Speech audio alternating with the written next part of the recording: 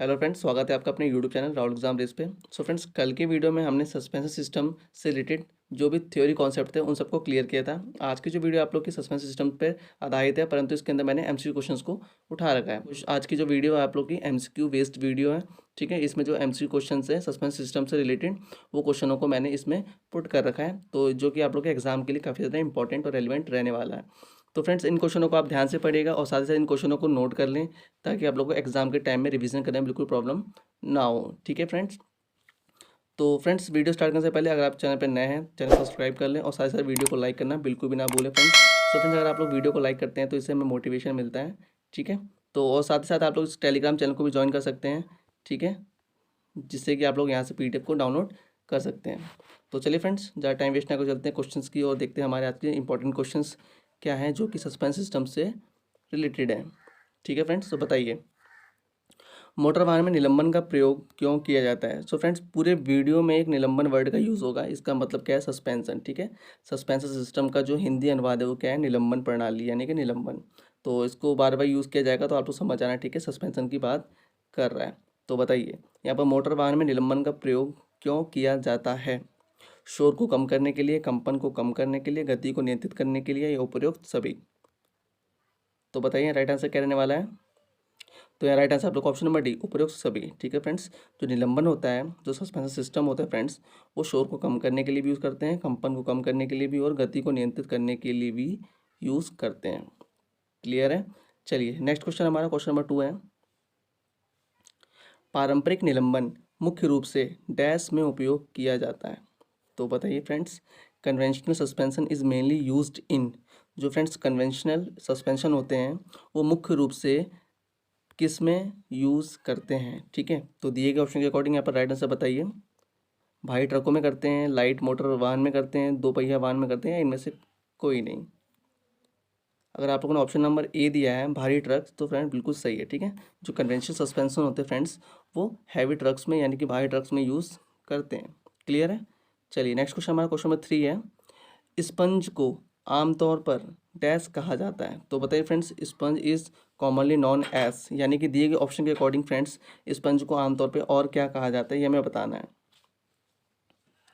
तो बताइए यहाँ पर ऑप्शन नंबर क्या हो जाएगा सही। तो यहाँ पर ऑप्शन नंबर ए बिल्कुल सही है, ठीक है, शॉक अवशोषक यानी कि shock absorber. Option number A will be right. चलिए नेक्स्ट क्वेश्चन की ओर बढ़ते हैं, क्वेश्चन नंबर 4 है friends.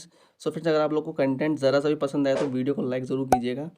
So friends, question number 4 है हमारा, वर्तमान समय की लगभग सभी कारों में स्वतः निलंबन प्रणाली का उपयोग डैश के रूप में किया जा रहा है। तो हमें बताना है फ्रेंड्स, जो वर्तमान समय में प्रेजेंट टाइम में लगभग जितनी भी कारें आ रही हैं उसमें इंडिपेंडेंस सस्पेंशन सिस्टम का उपयोग किस रूप में किया जा रहा है, दिए गए ऑप्शन के अकॉर्डिंग। बताइए राइट आंसर क्या रहने वाला है यहाँ पर। अगर आप लोग ऑप्शन नंबर ए सेलेक्ट कर रहे हैं तो बिल्कुल सही है, ठीक है, सामने निलंबन यानी कि फ्रंट सस्पेंशन के रूप में प्रयोग किया जा रहा है। चलिए अगले क्वेश्चन की ओर बढ़ते हैं, क्वेश्चन 5 हमारा, पत्ती स्प्रिंग के लिए प्रयुक्त सामग्री है।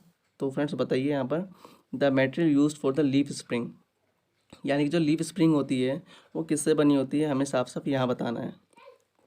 तो बताइए किससे बनी होती है। तो यहाँ ऑप्शन नंबर बी बिल्कुल सही हो जाएगा, स्टील, ठीक है, option number B will be right. चलिए क्वेश्चन नंबर 6 की ओर बढ़ते हैं, ट्रकों में पत्ती स्प्रिंग का प्रयोग सामान्यतः डैश में किया जाता है। तो बताइए friends, leaf spring in truck is used in analogy to dash, ठीक है फ्रेंड्स।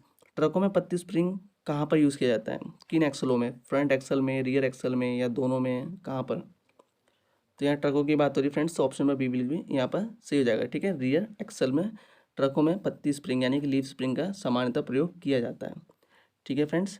चलिए नेक्स्ट क्वेश्चन की ओर बढ़ते हैं। तो क्वेश्चंस जो है फ्रेंड्स काफ़ी इंपॉर्टेंट है, इसमें मैंने क्वेश्चंस को है इजी टू मॉडरेट उठा रखा है, ठीक है, जो कि आप लोग के एग्जाम ओरिएंटेड है, ठीक है। तो इन क्वेश्चनों को ध्यान से पढ़िएगा, ठीक है, और इसको नोट डाउन जरूर कीजिएगा आप लोग, ठीक है, क्योंकि एग्जाम के लिए काफ़ी ज़्यादा इंपॉर्टेंट क्वेश्चन हैं।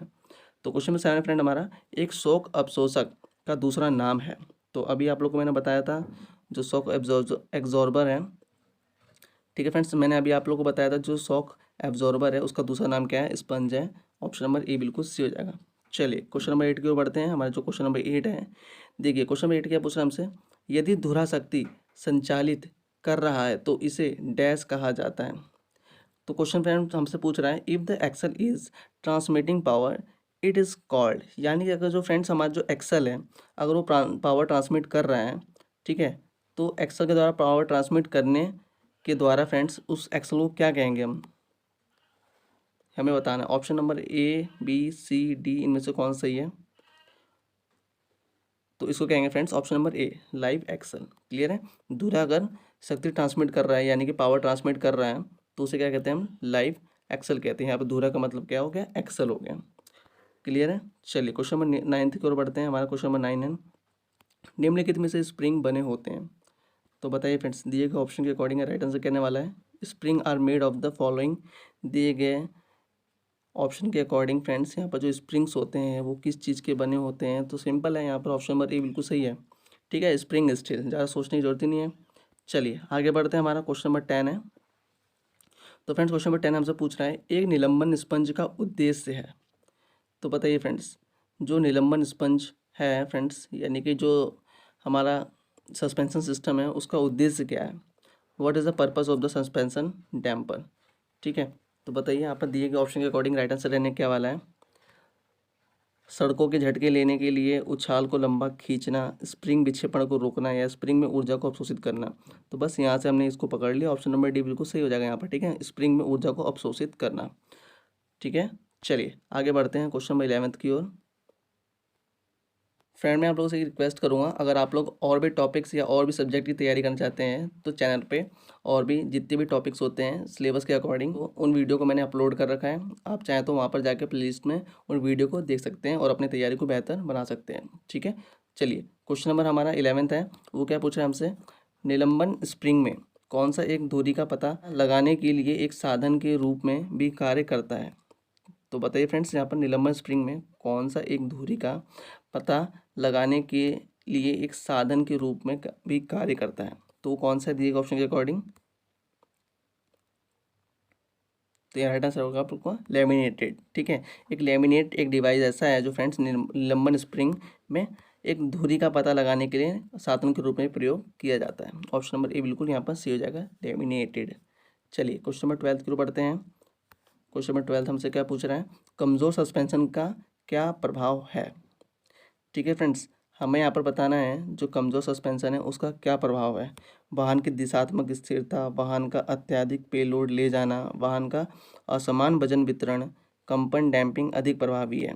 ठीक है फ्रेंड्स, तो हमें बताना है यहाँ पर वाहन के किस कारण जो फ्रेंड्स कमज़ोर हो जाते हैं सस्पेंशन। ठीक है, क्या प्रभाव के कारण, तो यहाँ ऑप्शन नंबर सी बिल्कुल सी हो जाएगा। ठीक है, वाहन का असमान वजन वितरण के कारण फ्रेंड्स जो सस्पेंशन है वो कमज़ोर पड़ जाते हैं। ठीक है, चलिए क्लियर है। आगे बढ़ते हैं। क्वेश्चन नंबर 13 हमसे क्या पूछ रहे हैं फ्रेंड्स, प्रतिस्थापन और हैंडलिंग, प्रतिस्थापन और हैंडलिंग के लिए किस प्रकार के शॉक अवशोषक आसान है।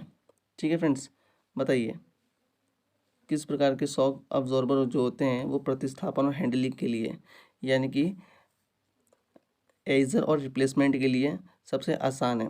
तो कौन से प्रकार के, फलक प्रकार के यानी कि बेंच टाइप के जो सस्पेंशन होते हैं वो क्या है, आसान है प्रतिस्थापन और हैंडलिंग के लिए। चलिए अगले क्वेश्चन की ओर बढ़ते हैं। क्वेश्चन नंबर 14 है हमारा फ्रेंड्स, घर्षण डिस्क और स्प्रिंग की सहायता से किस प्रकार के शॉक अवशोषक झटके अवशोषित करते हैं। तो बताइए फ्रेंड्स, घर्षण डिस्क के द्वारा और स्प्रिंग के द्वारा। ठीक है, इन सब की सहायता से किस प्रकार के शॉक अब्जॉर्बर होते हैं जो कि झटकों को क्या करते हैं, अवशोषित करते हैं, यानी कि जो शॉक या जर्क होते हैं उनको क्या करते हैं, कैप्चर करते हैं। तो इनमें से ऑप्शन में से कौन सा राइट ऑप्शन रहने वाला है, किस प्रकार के होते हैं वो, तो वायु प्रकार के यानी कि पेन्यूमेटिक टाइप के सस्पेंशन होते हैं। क्लियर है, याद रखिएगा, इंपॉर्टेंट क्वेश्चन है, इसको नोट कर लीजिएगा। चलिए नेक्स्ट क्वेश्चन की ओर बढ़ते हैं। हमारा क्वेश्चन नंबर 15 है, वायु निलंबन का उद्देश्य क्या है। तो बताइए फ्रेंड्स यहाँ पर, what is the purpose of the air suspension. जो एयर सस्पेंशन सिस्टम होता है फ्रेंड्स उसका उद्देश्य क्या है, किस लिए हम एयर सस्पेंशन सिस्टम का प्रयोग करते हैं। तो दिए गए ऑप्शन के अकॉर्डिंग राइट आंसर क्या रहने वाला है यहाँ पर, तो यहाँ जो राइट आंसर आप लोग का ऑप्शन नंबर ए हो जाएगा। ठीक है, समतल करने के उद्देश्य से उपयोग किया जाता है किसका, सस्पेंशन सिस्टम यानी कि एयर सस्पेंशन सिस्टम का। ठीक है, क्वेश्चन 15 का राइट आंसर ऑप्शन नंबर ए हो जाएगा।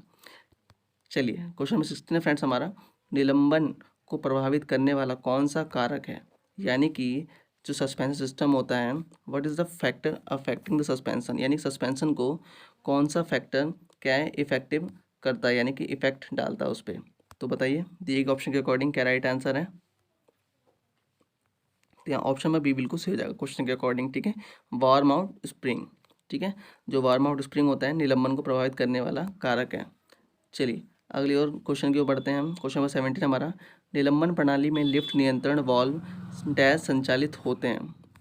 तो बताइए फ्रेंड्स, यहाँ पर जो निलंबन प्रणाली होते हैं यानी कि जो सस्पेंशन सिस्टम होते हैं उसमें लिफ्ट नियंत्रण वाल्व जो होते हैं वो किसके कैसे संचालित होते हैं? मैनुअली होते हैं, संचालित रूप से होते हैं, या ए एंड बी दोनों, या निम्नलिखित में से कोई नहीं? बताइए यहाँ पर राइट आंसर कहने वाला है।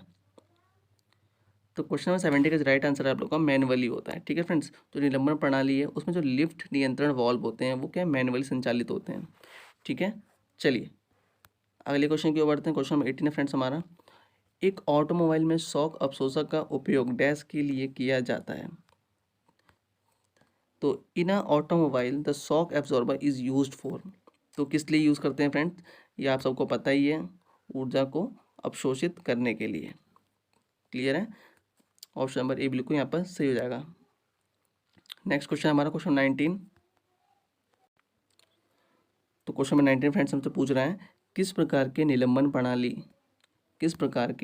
प्रणाली में किंग पिन सीधे फ्रेम के क्रॉस सदस्य से जुड़ा हुआ होता है? तो बताइए फ्रेंड्स, किस प्रकार का निलंबन प्रणाली होता है वो जो कि किंग पिन के सीधे फ्रेम के क्रॉस सदस्य से जुड़ा होता है? तो वो होता है फ्रेंड्स ऑप्शन नंबर बी, ठीक है, मैकफर्सन स्टार्ट प्रकार के। क्लियर है? ऑप्शन नंबर बी बिल्कुल सही हो जाएगा। यहाँ पर थोड़ा अटपटा सा नाम है बट इसको नोट कर लीजिएगा आप लोग, ठीक है। इस टाइप के क्वेश्चन भी पूछे जा सकते हैं, ठीक है।